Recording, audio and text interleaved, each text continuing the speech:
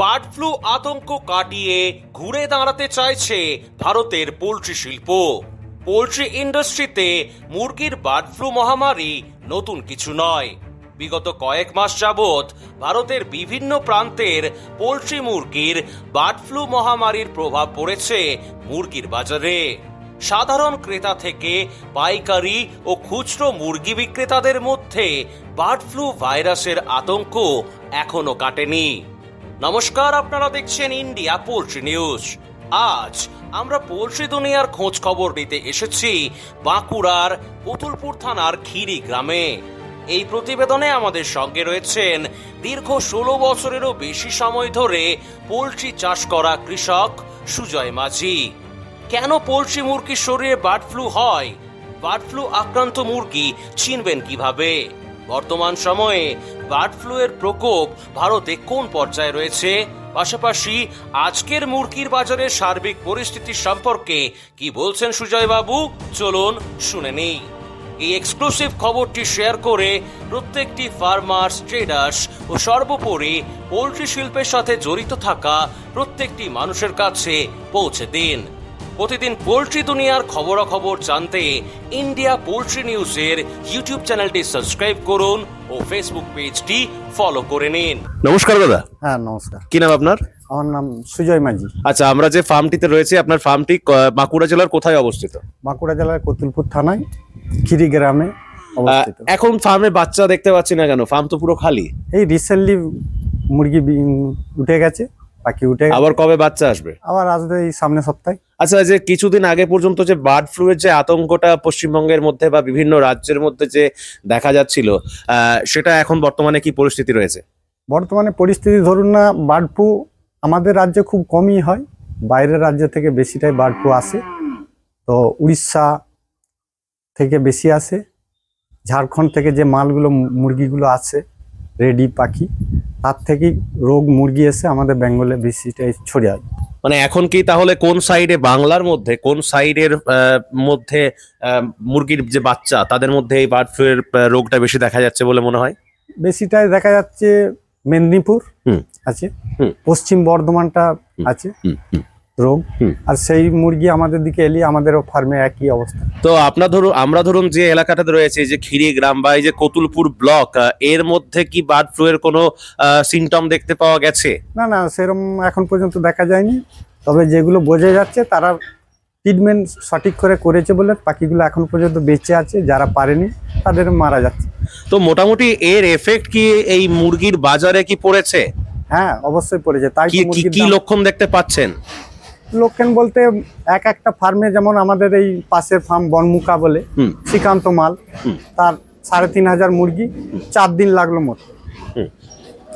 না, আমি বলতে চাইছি যে বাজারের দামের ক্ষেত্রে কি পরিবর্তন ঘটেছে? ফার্ম একের পর এক উজাড় হয়ে যাচ্ছে, তার পরিপ্রেক্ষিতে মুরগির শর্ট হচ্ছে, পাখি শর্ট হচ্ছে, মারা যাচ্ছে। সেই হিসাবে এইবারে মার্কেটে পাখি মুরগির সংখ্যা কম। আচ্ছা, এমনি বর্তমান দিনে এখন অ্যাপ্রক্স মানে মুরগির দাম কেমন রয়েছে?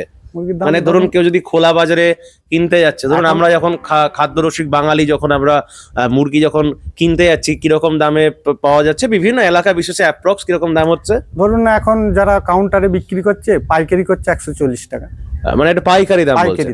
আর খুচরো যারা কিনছে রিটেল মার্কেটে বিক্রি করছে, তারা এরপর ধরুন না 5 টাকা করে কেজিতে রাখছে, রেখে এবারে বিক্রি করছে, আরো 5 টাকা চাপছে কেজিতে। আচ্ছা, এই যে ধরুন বার্ড ফ্লু এর যে প্রকোপটা, এটা কি মানে আবহাওয়ার উপরে নির্ভর করে? অবশ্যই অবশ্যই।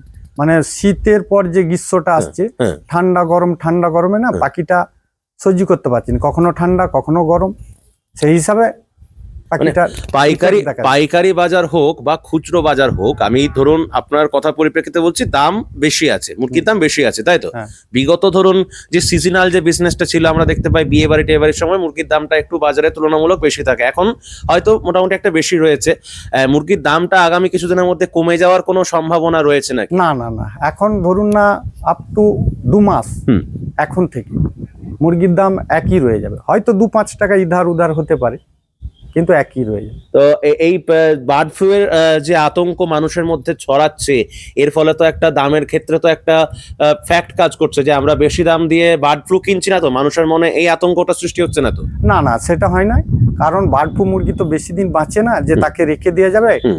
লাগলে মার্কেটে যখনই আসে সে সেই দিনই মধ্যে মারা যায়। মানে বার্ড ফ্লু আক্রান্ত ধরুন কোনো মুরগি, সাপোজ ধরুন কোনো মানুষ হয়তো ভুলবশত হয়তো কিনেও নিয়ে গেল বাজারে, বা হয়তো কোনো দোকানদার হয়তো ভুলবশত বিক্রিও করে দিল, মানে মাংসটা যখন খাওয়া হবে তাতে কি মানে কি সিমটম বোঝা যায় যে এইটা বার্ড ফ্লু আক্রান্ত মুরগি বলে মনে হয়? মানে টেস্টের ক্ষেত্রে কোনো টেস্টের পরিবর্তন? ক্ষেত্রে কোনো পরিবর্তন হবে না, একমাত্র মুরগি যদি বার্ড ফ্লু হয় পাগুলো শুকোবে 1 নম্বর, হুম। পায়খানাটা নানা রকম হবে। হুম। এইটা হচ্ছে বার্ড ফ্লু এর সিস্টেম। আচ্ছা, আপনি যে এই ফার্মে কাজ করছেন, মোটামুটি আপনার এই ফার্মে বছরে কতবার টোটাল মুরগির আনা নেয়া করেন? মানে কটা সিজন টোটাল করেন বছরে? আমি মোটামুটি বছরে 6টা গেম করি। 6টা গেম করেন টোটাল। একদম। আবার কবে বাচ্চা আসবে বললেন? কিছুদিন আগে, এই কিছুদিন সামনে পরে? শনিবার বাচ্চা আসছে আসবে। শনিবার দিন বাচ্চা এখানে বাচ্চা আসবে। হ্যাঁ। মোটামুটি ধরুন কিরকম মানে লাভের জায়গাটা কিরকম রয়েছে বর্তমানে? কৃষকদের কি পরিস্থিতি রয়েছে যারা মুরগি চাষ করছেন? শুনুন, এই সময় যে বার্ড ফ্লু এ যে মুরগিগুলো মরছে, পাখির সংখ্যা কমছে, তাহলে মুরগি মার্কেটে শর্ট হচ্ছে, টান। হুম। এই টার্ন ওভারের জন্য মার্কেট এখন ধরুন মাস 2 এই বার্ড ফ্লুর এফেক্টটা যে বাইরের রাজ্যে হয়েছে, অন্ধে টন্ধে হয়েছে, এবং লেয়ার পাখি পর্যন্ত মারা যাচ্ছে। বার্ড যাকে বলে কালবার, হুম। সেই ডিমটা যে হুম। বাচ্চাটা যে ফোটানো হয়, হুম। সেই পাখি পর্যন্ত মারা যাচ্ছে। হুম। অতএব এখন বাচ্চারও দাম হাই, মুরগিরও দাম হাই। আচ্ছা, এতে করে কি মানে আগামী দিনে যারা ধরুন এই ব্যবসাতে আসতে চাইছে, এই যে বিভিন্ন রকম সমস্যা, কারণ আমরা দেখতে পাই যে ধরুন মুরগি যে এনে যে মানুষ করে দিলাম সেটা তো নয়, বিভিন্ন ক্ষেত্রে মুরগির বাচ্চা নষ্ট হয়ে যায়, তাহলে এইগুলো কি একটা আগামী দিনে যারা এই ব্যবসায় আসতে চাইছে তাদের একটা ভয়ের কারণ থেকে যায়?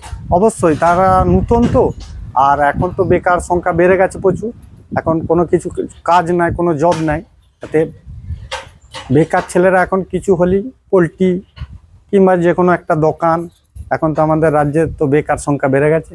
অতএব তো আপনি মোটামুটি এই যে বিজনেসটার সঙ্গে বা এই ফার্মিং এর সঙ্গে কত বছর ধরে যুক্ত রয়েছেন? আমি 2009 সাল থেকে এই পোলট্রি ফার্মের মানে সঙ্গে প্রায় ওভারঅল 16 বছর ধরে আপনি হ্যাঁ। এই বিজনেসের সঙ্গে যুক্ত রয়েছেন। একদম। মানে শুধু কি মানে অ্যাজ এ কৃষক হিসেবে কাজ করেন নাকি ট্রেডিংও করেন? না, ট্রেনিং করিনি, আমি আগে ট্রেনিং করেছিলাম পোলট্রি যখন করিনি, ওকে।